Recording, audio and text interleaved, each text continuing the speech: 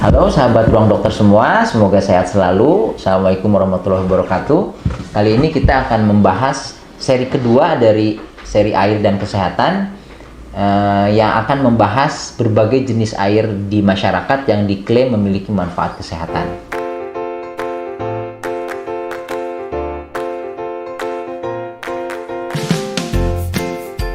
Jadi di bagian pertama telah kita bahas betapa pentingnya air, bahkan sebenarnya kata-kata you are what you eat lebih tepat bila you are what you drink, karena 70% tubuh manusia ternyata terdiri dari air.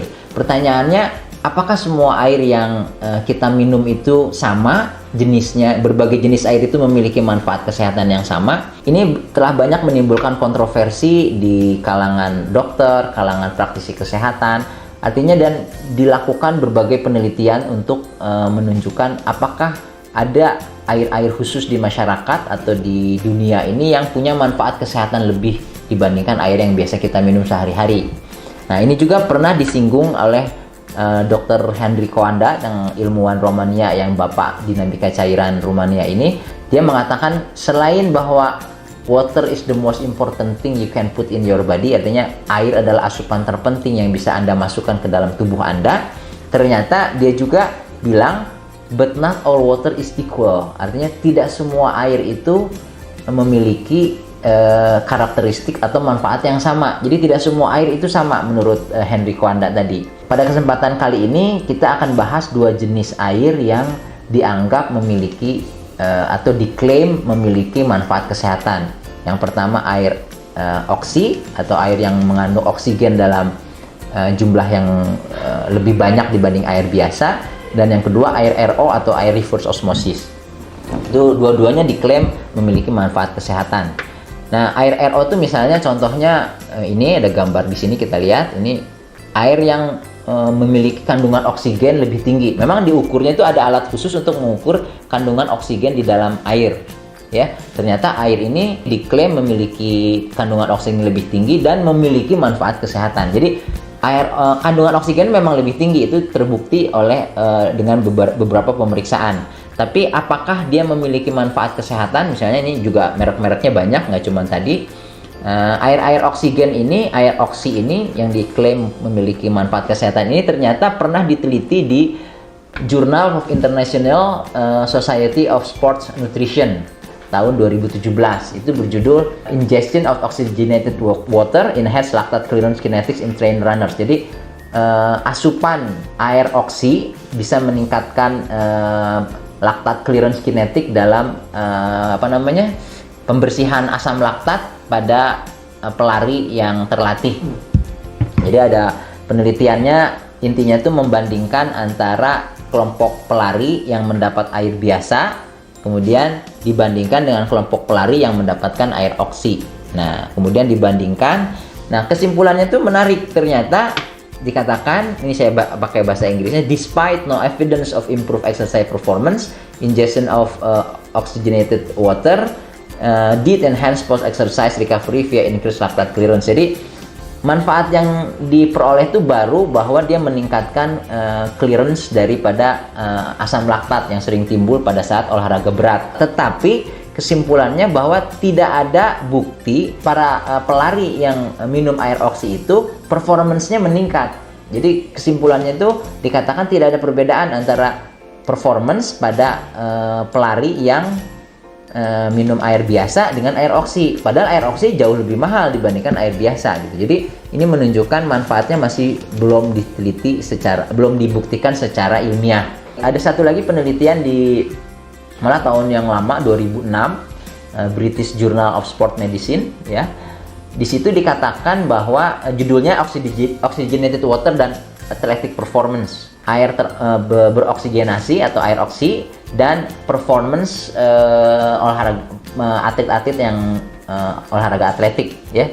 Jadi kesimpulannya katanya air oksi ini gagal baik secara analisis kuantitatif maupun tes fisiologis yang praktis dalam meningkatkan performance atau kemampuan latihan maupun pemulihan.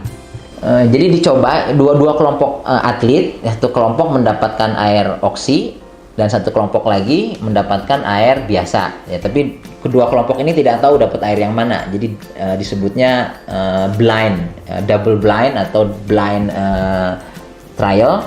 Jadi nanti kemudian dilihat selama beberapa waktu, 1-2 minggu, 3-1-2 bulan, dilihat performance-nya. Apakah ada perbedaan atlet-atlet yang minum air oksi dibandingkan atlet yang minum air biasa. Kemudian dilihat juga pada pemulihannya. Ternyata yang menarik bahwa kesimpulannya itu air oksigenat, atlet yang minum air oksi dibandingkan air yang minum air biasa tidak memiliki perbedaan bermakna pada performance-nya maupun pemulihannya.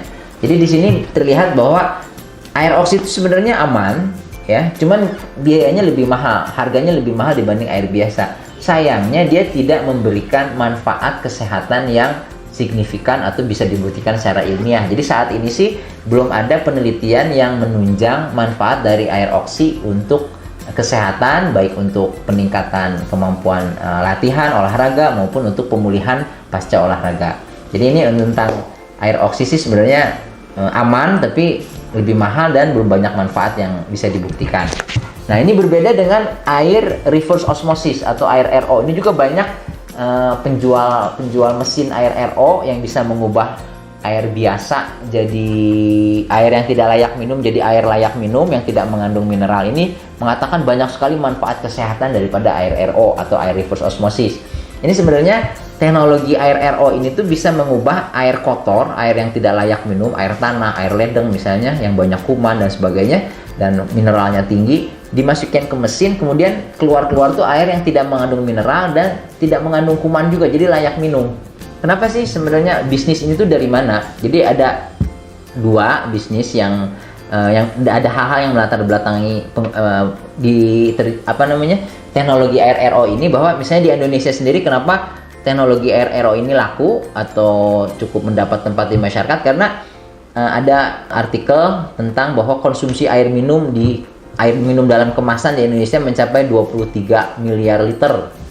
Kemudian juga nyaris separuh rumah tangga Indonesia minum air kemasan.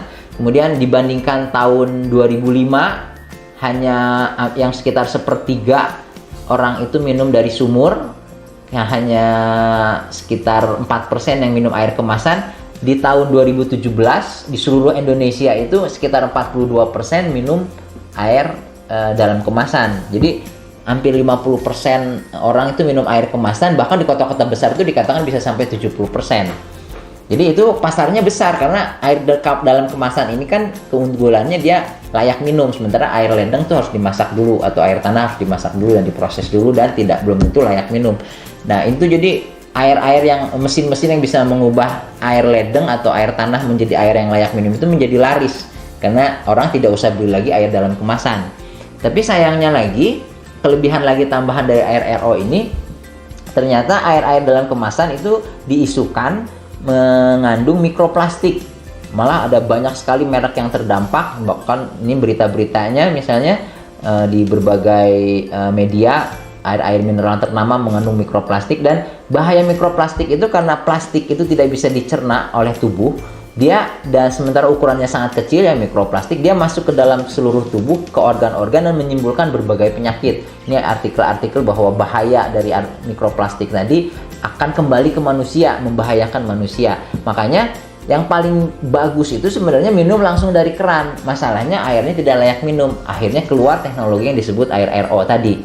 Nah, air RO ini tuh bisa membuang kuman, membuang zat-zat yang berbahaya, dan yang pentingnya itu air yang keruh yang banyak sekali mineralnya, dengan proses reverse osmosis tadi dia bisa bebas mineral. Jadi bebas kuman, bebas mineral, bebas zat yang berbahaya.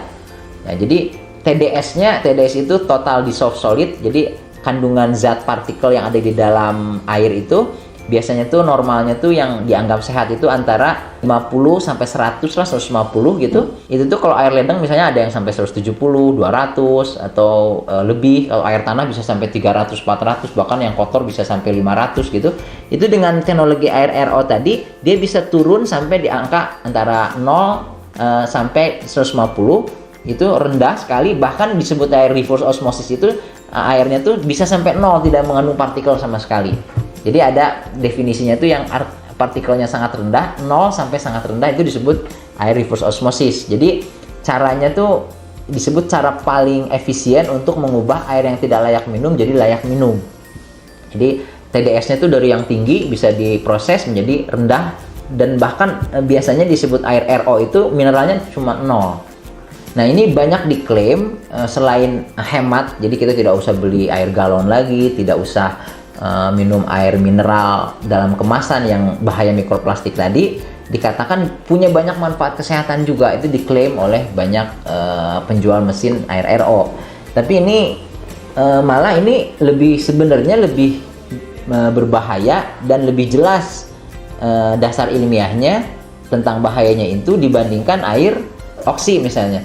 Karena ini tuh yang mengeluarkan bahwa air RO berbahaya itu bukan sembarang ilmuwan atau penelitian saja, tapi ini tuh dikatakan bahwa ada laporan dari Organisasi Kesehatan Dunia WHO, World Health Organization, yang mengatakan bahwa risiko kesehatan akibat minum demineralized water, jadi air yang tidak mengandung mineral sama sekali, itu laporannya panjang, sekitar 16 halaman, dibikin oleh panel expert dari WHO yang mengatakan bahwa air-air yang reverse osmosis tadi ternyata semakin rendah mineralnya semakin berbahaya untuk kesehatan, karena tubuh manusia sebenarnya membutuhkan mineral yang kadang tidak didapat dari makanan, tidak bisa dicukupi dari makanan. Jadi dari air mineral dalam kemasan itu juga mensuplai air mineral-mineral yang dibutuhkan oleh tubuh. Jadi sebenarnya air yang reverse osmosis yang tidak mengandung mineral tadi berbahaya buat kesehatan, terutama untuk anak-anak dan orang tua yang rentan terhadap berbagai penyakit, dan terutama anak-anak karena membutuhkan mineral misalnya untuk pertumbuhan otak, pertumbuhan tulang dan gigi, itu dibutuhkan mineral dalam jumlah yang cukup. Bila dia dibiasakan konsumsi air yang mengandung mineral 0 atau yang rendah sekali, maka dalam lama-lama tuh menurut WHO akan timbul bahaya-bahaya kesehatan yang lain. Nah, itu bahaya air-air yang disebut air reverse osmosis. Jadi kita sudah bahas 2 jenis air yang ternyata diklaim memiliki manfaat kesehatan seperti air oksi dan air RO. Ternyata air oksi itu memang aman, tidak ada bahayanya. Dalam hal ini belum ada penelitian menunjukkan bahayanya, tapi karena lebih mahal harus ada manfaat tambahan. Ternyata manfaat tambahannya belum dapat dibuktikan sampai sekarang. Kemudian yang sebaliknya yang lebih parah tuh air RO. Air RO itu ternyata yang diklaim memiliki manfaat kesehatan malah menurut Organisasi Kesehatan Dunia WHO berbahaya untuk kesehatan karena tidak mengandung mineral sama sekali. Jadi ada laporannya, dan itu menunjukkan bahwa klaim manfaat air-air kesehatan yang tadi itu, dengan air oksi dan air RO itu tidak dapat dibuktikan secara ilmiah. Nah, di bagian kedua ini kita sudah bahas 2 jenis air di masyarakat yang ternyata tidak punya manfaat kesehatan.